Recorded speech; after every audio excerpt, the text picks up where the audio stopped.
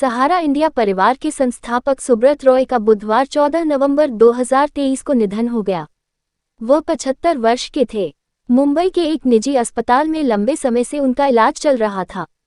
समाचार agency PTI के अनुसार सहारा परिवार के मुखिया सुब्रत रॉय काफी दिनों से बीमार चल रहे थे। कंपनी के एक बयान में कहा गया है कि उनकी मृत्यु कार्डियोरेस्पिरेटरी अरेस्ट के कारण हुई। वह 75 वर्ष के थे। बयान के अनुसार वह उच्च रक्तचाप और मधुमेह रोग से लंबे समय से जूझ रहे थे। अंतर कार्डियोरेस्पिरेटरी अरेस्ट के कारण मंगलवार रात 10:30 बजे उनका निधन हो गया। तबीयत बिगड़ने के बाद उन्हें रविवार को मुंबई के कोकिलाबेन धीरूभाई अंबानी अस्पताल में भर्ती कराया गया था। उनके न रहने की कमी सहारा इंडिया परिवार को बहुत खलेगी। सहारा प्रमुख सुब्रत रॉय का जन्म 10 जून 1948 को बिहार के अररिया में हुआ। सुब्रत रॉय ने अपने करियर की यात्रा गोरखपुर के सरकारी तकनीकी संस्थान से मैकेनिकल इंजीनियरिंग की शिक्षा के साथ शुरू की। 1976 में संघर्षरत चिटफंड कंपनी सहारा फाइनेंस का अधिग्रहण करने से पहले उन्होंने गोरखपुर में व्यवसाय में कदम रखा। 1978 तक उन्होंने इसे सहारा इंडिया परिवार में बदल दिया, जो आगे चलकर भारत की सबसे बड़ी समूहों की कंपनी में से एक बन गई। सुब्रत रॉय भारतीय व्यापार परिदृश्य में एक प्रमुख व्यक्ति थे। उन्होंने बिजनेस के क्षेत्र में एक विशाल साम्राज्य की स्थापना की। उनका ये साम्राज्य वित्त, रियल एस्टेट, मीडिया और होटल समेत कई विभिन्न क्षेत्रों तक फैला हुआ है। सुब्रत रॉय के नेतृत्व में सहारा ने कई व्यवसायों में विस्तार किया। सहारा समूह ने 1992 में हिंदी भाषा का समाचार पत्र राष्ट्रीय सहारा लॉन्च किया।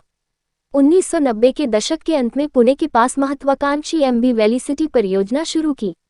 1990 के बाद सुब्रत रॉय ने सहारा टीवी के साथ टेलीविजन इंडस्ट्री में प्रवेश किया, जिसे बाद में सहारा वन नाम दिया गया। 2000 के दशक में सहारा ने लंदन के ग्रोसवेना हाउस होटल और न्यूयॉर्क शहर के प्लाजा होटल जैसी प्रतिष्ठित संपत्तियों के अधिग्रहण के साथ अंतर्राष्ट्रीय सुर्खियां बटोरी।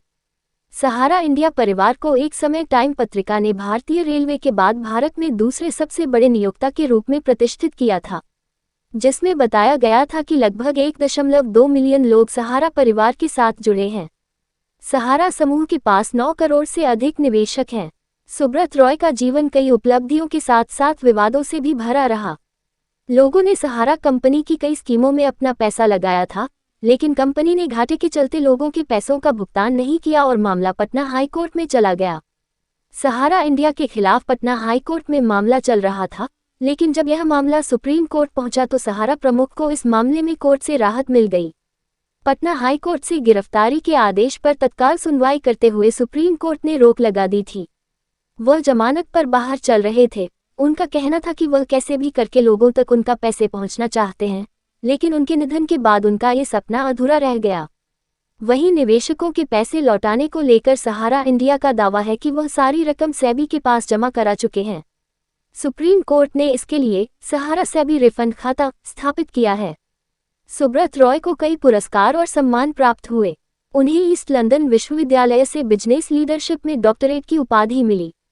उन्हें लंदन में power brands hall of fame awards में business icon of the year पुरस्कार से सम्मानित किया गया। उनका निधन एक ऐसे व्यक्ति की विरासत छोड़ गया है जो कभी भारत के सबसे प्रभावशाली व्यवसायियों में से एक था। उनका व्यापारिक साम्राज्य देश भर में लाखों लोगों को रोजगार प्रदान करता है। सहारा समूह उनके निधन पर शोक मना रहा है। सुब्रत रॉय की दूरदर्शिता को आने वाले वर्षों तक याद रखा जाएगा।